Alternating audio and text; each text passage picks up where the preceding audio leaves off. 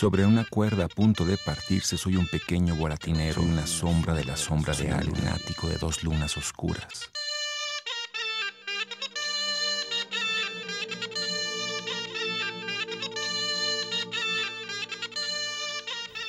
No, pese al trabajo tan hermoso de los tipógrafos mexicanos que contribuyen a animar Reverso y los poemas animados de Reverso, bueno, pues el poema de Marina Tsvetaeva que acabamos de ver es una cosa bastante terrorífica. Y la vida de Marina Tsvetaeva es más terrorífica. Tuvo una infancia espantosa. Su mamá estaba, pues digamos, como fuera de sus cabales y ella misma murió suicidada.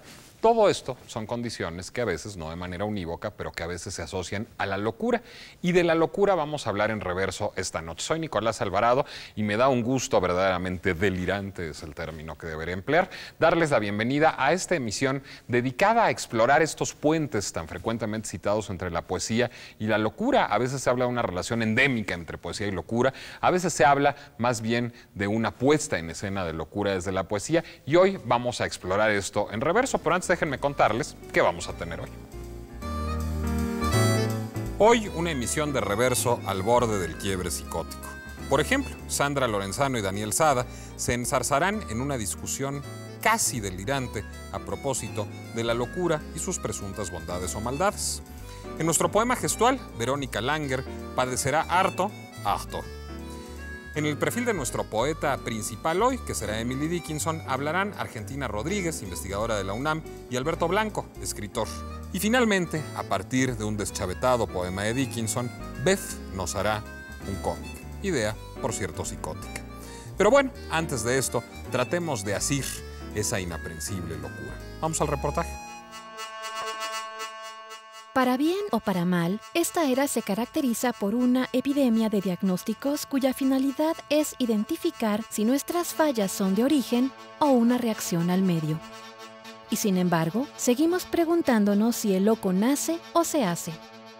En la actualidad existe el término psicosis psiquiátricamente para denotar una fragmentación de la personalidad, específicamente de la parte de individualidad que le llamamos ego, que es como si se disolviera y como si, haciendo un símil, como si estuviéramos en el espacio y se nos rompiera la nave.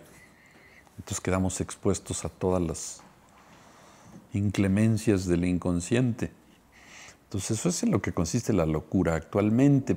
A la locura se le tiene miedo, pero también ejerce una enorme atracción. Históricamente, una de las formas más importantes de la locura ha sido la melancolía.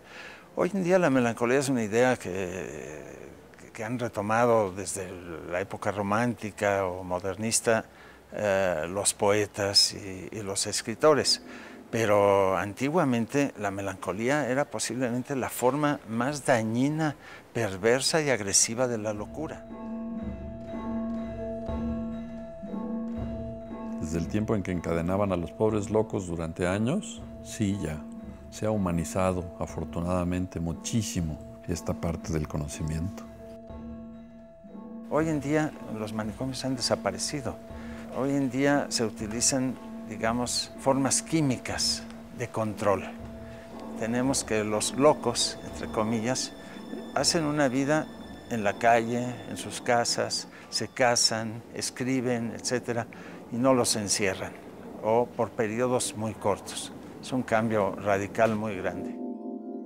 Sí percibo desde el lado del rock, que es de lo que puedo hablar con mayor facilidad, que siempre ha querido el rock jugar con la locura. Y las grandes obras maestras del rock toman la locura como el punto importante, ¿no? Y luego obviamente el experimentar con las drogas, ¿no? Con estilos de vida diferentes, ¿no? Siempre a la vanguardia de cómo vivir esta única vida de una manera plena, pero al mismo tiempo peligrosa.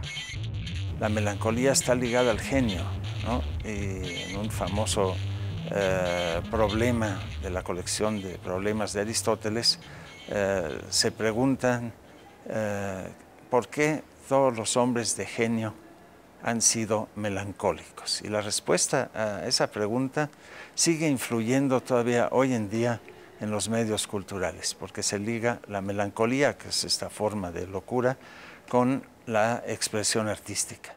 La incursión hacia esas zonas del alma que contienen los elementos para crear artísticamente se llama creatividad, esa incursión.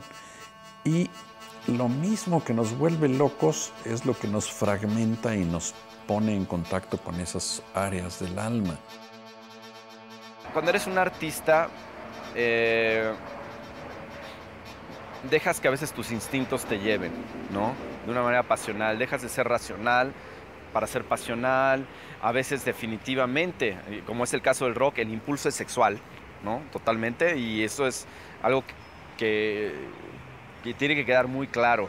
No te dedicas al rock porque qué padre, quiero escribir unas poesías y ponerles música de guitarra, no. Todo tiene que ver con conseguir que la chica se vaya contigo esa noche. Todo me empece el seso y la locura. Prívame este de sí por ser tan mío. Mátame estotra por ser yo tan suyo.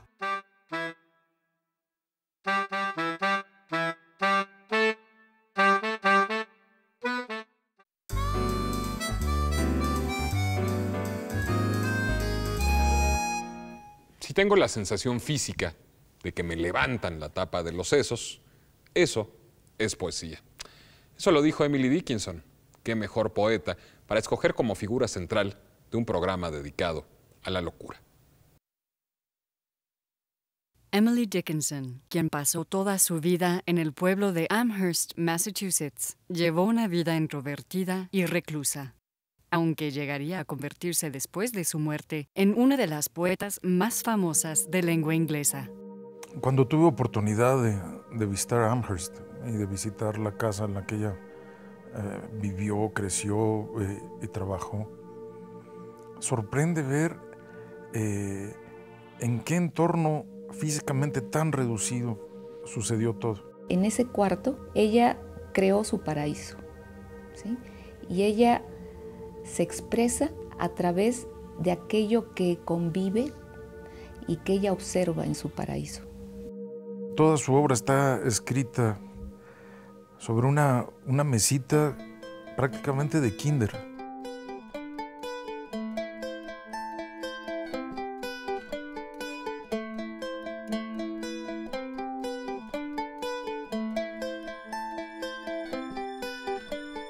Aparecen mucho estas imágenes en su obra de, por ejemplo, el cuarto como una prisión o como un ataúd, pero que ella tiene la llave para poder salir y que esa llave, ese escape, está en su escritura. Imaginemos el ambiente puritano de Nueva Inglaterra en la época en la que le tocó vivir, pero pues en ese sentido su destino y su situación no eran distintos de los que vivieron tantísimas mujeres. Su sensibilidad sí. Esa es toda la diferencia. Mucho se ha hablado, creo yo, de la locura, entre comillas, ¿no?, de Emily Dickinson. No podemos hablar de locura en el caso de Emily Dickinson simple y sencillamente por estar fuera de la norma. Que la vieran como excéntrica, ¿no? Que los últimos 15 o 17 años de su vida se vistió de blanco. Evidentemente era una persona con una sensibilidad anormal. Y seguramente esta sensibilidad anormal provocó que se fuera aislando cada vez más. Incluso hay relatos de cómo ella solamente se veían sus brazos, cuando bajaba en una canastita, dulces para unos niños que pasaban, ¿sí? Y luego subía la canastita. Y realmente terminó su vida en una soledad casi hermética. Se comunicaba básicamente por cartas. Sin embargo, no hay en su desarrollo, en su conducta, algo que permita decir que se trataba de una persona que estaba enferma mentalmente, ni mucho menos. Una mujer que, al parecer, ¿sí?, reclusa, vulnerable, de una sensibilidad a flor de piel, es también una mujer que como poeta es totalmente invulnerable.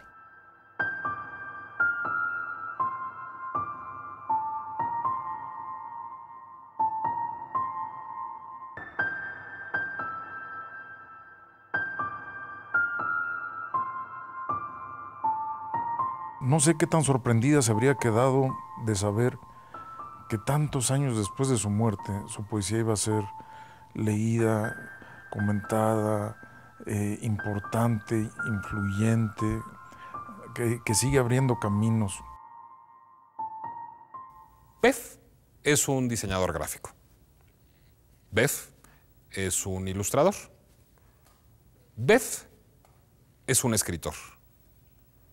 Beff es dibujante de cómics. A Beff no le gusta demasiado Emily Dickinson. Por eso va a hacer un cómic a partir de ella.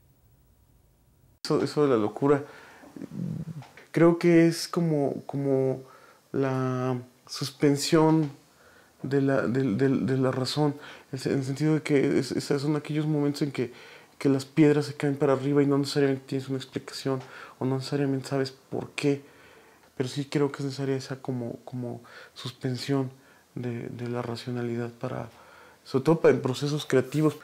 Yo tengo un trabajo muy alejado de la poesía, mi trabajo de repente es muy mundano. Yo soy fundamentalmente narrador narrador vinculado a la literatura fantástica. Yo creo que de repente si tengo suerte puedo encontrar con imágenes poéticas, pero no es propiamente mi disciplina. En ese sentido esta comisión es un reto de tratar como de buscar o de encontrar esa belleza. El poema es un poema muy fuerte sobre asienta y será usted cuerdo, objete, ahora será un peligro el que hay que encadenar. En este caso, lo que hubo que hacer fue como explorar las imágenes que daba este texto y darle vueltas. Yo normalmente lo que hago es que boceto mucho en papel y luego ya me voy a la computadora. Básicamente aquí lo que hice fue como buscar imágenes. Era un texto de imágenes muy fuertes y entonces pues era como encontrarlas, pero no irse por lo evidente, ¿no? Yo creo que el ilustrador, porque bueno, aquí es un poco función de ilustrador y comiquero, es un poco el que complementa la idea del autor del texto, o autora en este caso del texto. Normalmente es para seducir lectores, porque yo trabajo fundamentalmente en medio impreso, pero ahora también ahora será para seducir televidentes, ¿no? Estamos de vuelta en Reverso y ahora que vean a nuestros invitados van a decir que fuimos invadidos por la locura, porque ¿cómo va a haber una mesa de poesía con invitados en teoría, y ahorita explico por qué en teoría, no poéticos? Porque bueno, Sandra Lorenzano es ensayista, es crítica, es narradora, Daniel Sada es muy conocido como narrador, pero ¿qué creen? Que Daniel Sada, aunque poca gente lo sepa, sí es poeta y hasta publicaste hace poco tu primer libro de poesía, ¿no? Segundo. ¿Segundo? Sí. Yo no conocía el primero. ¿Hace cuánto que lo publicaste? Bueno, en principios el primer libro que yo publiqué en mi vida fue una plaqueta de poesía. O sea, son 3, bueno, si contamos la plaqueta. Y tú, Sandra, tu novela Saudades, pues es una prosa bastante poetosa, ¿no? Bastante poetosa, sí. En realidad no estoy muy segura de que sea una novela. Creo que juega ahí, ¿no? En el límite. Y la poesía está presente siempre, por supuesto. Bueno, entonces, dado que ya quedaron legitimados como poeta y casi poeta nuestros invitados de hoy, les hago una pregunta. El cliché del poeta loco es cierto. ¿Un poeta tiene que estar tocado por la locura para ser un poeta?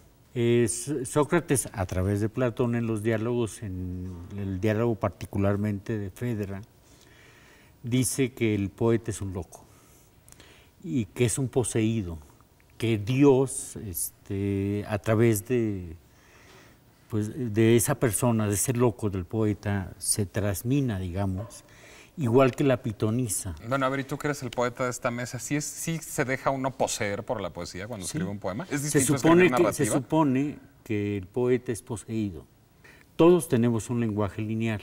El poeta tiene un lenguaje simbólico, o sea, condensa, sublima el lenguaje, ¿no? Sandra, tienes una cara de escepticismo racional que no puedes con ella. Fíjate que yo creo un poco que depende lo que uno esté considerando locura, ¿no? Hay un tipo de mirada sobre la locura que es la mirada que construyó el romanticismo allá por el siglo XIX y de alguna manera somos herederos de esa mirada. ¿En qué consiste? Consiste en pensar que por un lado tenemos la razón, La razón entendida como el orden, aquello que norma, aquello que organiza la realidad, la sociedad, digamos una razón cartesiana. Y por otro lado, decían los románticos, está toda la irracionalidad. Que era lo que cultivaban Así Hölderlin, es. Entonces, ahí tenemos las pasiones, los sueños, el inconsciente. En ese sentido, el poeta sería un loco, según esta concepción, ¿no? De alguna manera, como que nuestra sociedad sigue este mismo modelo, ¿no? Pensamos que hay algo que les habla a los poetas y a los locos. Pero ahí yo creo que hay otra vertiente que hay que considerar también en esto de qué pensamos que es la locura y que es una locura patológica. Y claro, la pregunta quizás sería, aquellos enfermos, aquellos locos patológicos. O sea, un psicótico que está encerrado. Ah, ok, pero, que no, escribieron. los que escribieron. ¿Qué hubiera pasado si hubieran recibido un tratamiento adecuado, por decirlo de alguna manera, o les hubieran dado Prozac? ¿Qué hubiera pasado? ¿Dónde hubiera quedado Artaud? Claro, Hölderlin, Rimbaud. por supuesto. Los románticos alemanes. Alejandra Pizarnik en la época contemporánea, ¿no? Que es una gran poeta. Entonces digo, esa imagen romántica del loco de pronto se vuelve una cosa bastante densa. Por ahí decía Foucault que en realidad los sanatorios psiquiátricos no están llenos de poetas, sino de sufrimientos muy poco poéticos, ¿no? Leo estos 4 versitos de esta locura de Pizarnik. Manos crispadas me confinan al exilio. Ayúdame a no pedir ayuda. Me quieren anochecer, me van a morir. Ayúdame a no pedir ayuda. Delirio paranoide es el diagnóstico, Claro. sin duda. A ver, Daniel, tú tenías otra propuesta taxonómica. Claro, hay una sección del Joven Paz que se llama Trabajos del Poeta. Ubícate como cuando pasen unos 40 años, un poco menos. Dice, como un dolor que avanza y se abre paso entre vísceras que ceden y huesos que resisten. Como una lima que lima los nervios que nos atan a la vida. Sí, pero también como una alegría súbita, como abrir una puerta que da al mar, como asomarse al abismo y como llegar a la cumbre, como el río de diamante que orada la roca y como la cascada azul que cae en un derrumbe de estatuas y templos blanquísimos, como el pájaro que sube y el relámpago que desciende. Oh batir de alas, oh pico que desgarra y entreabre al fin el fruto. Tú, mi grito surtidor de plumas de fuego, herida resonante y vasta como el desprendimiento de un planeta del cuerpo de una estrella, o caída infinita sobre un suelo de ecos, sobre un suelo de espejos que te repiten y destrozan y te vuelven innumerable, infinito y anónimo. No, un aplauso para el prodigio memorioso del maestro Sada, qué barbaridad. Bueno, a ver, me lleva a una provocación. Hace poco, y se me olvida el autor y lo lamento muchísimo, pero vi una obra de teatro muy inteligente y muy divertida inglesa que se llama Histeria, que postula un hipotético encuentro entre Freud y Dalí. Y entonces llega Dalí muy emocionado con Freud y le dice, mire, le voy a enseñar mi obra. ¿No le parece que aquí está la expresión misma del inconsciente? Entonces Freud ve la obra con mucho detenimiento y le contesta, no, yo lo que veo es un esfuerzo muy consciente por plasmar aquí una expresión del inconsciente. ¿No le pasa también eso un poco a los poetas cuando están jugando con la locura? ¿No están más bien en un ejercicio consciente de la extravagancia y de aparejarse o asemejarse a la locura? Pues yo considero que no me aparto de la idea de que es un poseído. En ese momento hay una iluminación. No sé si sea hay como una escisión del yo, digamos. Exacto. Entonces es como el Dios que toma el cuerpo y el lenguaje del poeta. Yo sí creo se transmina, ¿no? Que este contacto con lo irracional, dejar más fluidas las puertas hacia el inconsciente, hacia los sueños, etcétera, etcétera, de alguna manera genera un tipo especial de percepción. Esta idea del poeta vinculado al sabio, aquel que puede percibir antes que los demás los signos de la tormenta, por ejemplo. Esto se dice mucho con respecto a Kafka, que escribió antes del nazismo los horrores del nazismo, por ejemplo.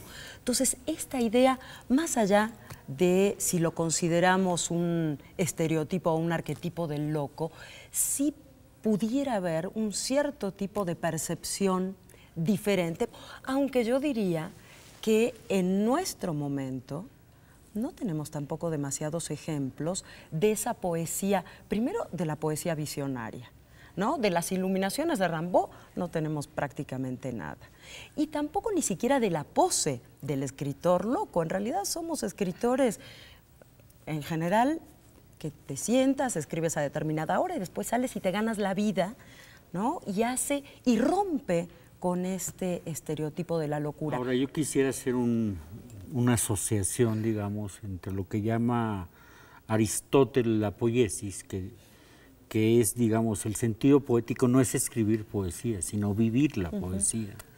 Y Valéry, por ejemplo, asociándolo con Valéry, él dice que para el poeta la realidad es un sueño, o ve la realidad como un sueño.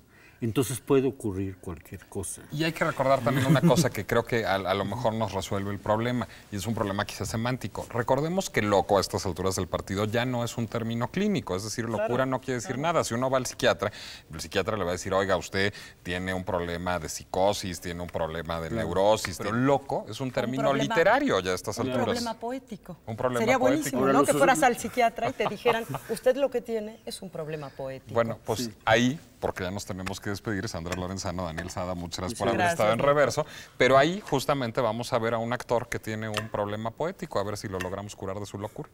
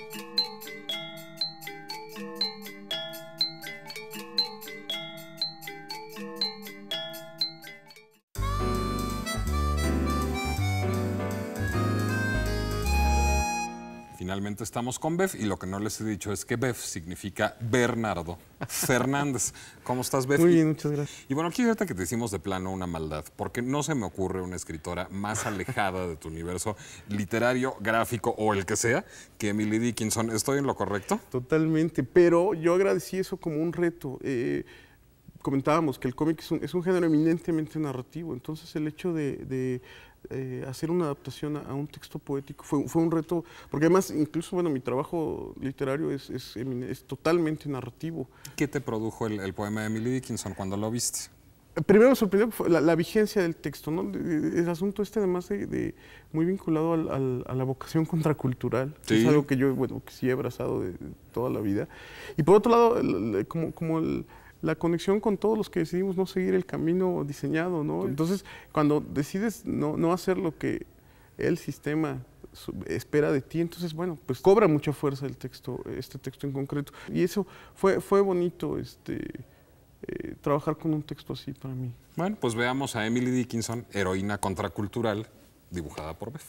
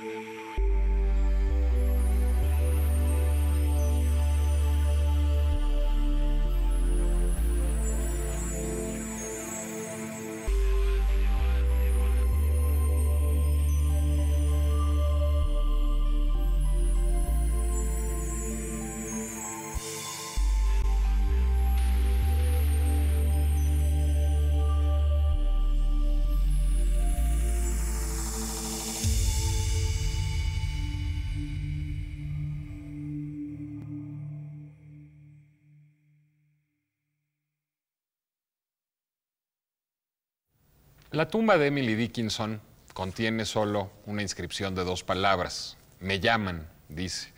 Probablemente eran sus demonios interiores los que la llamaban al más allá.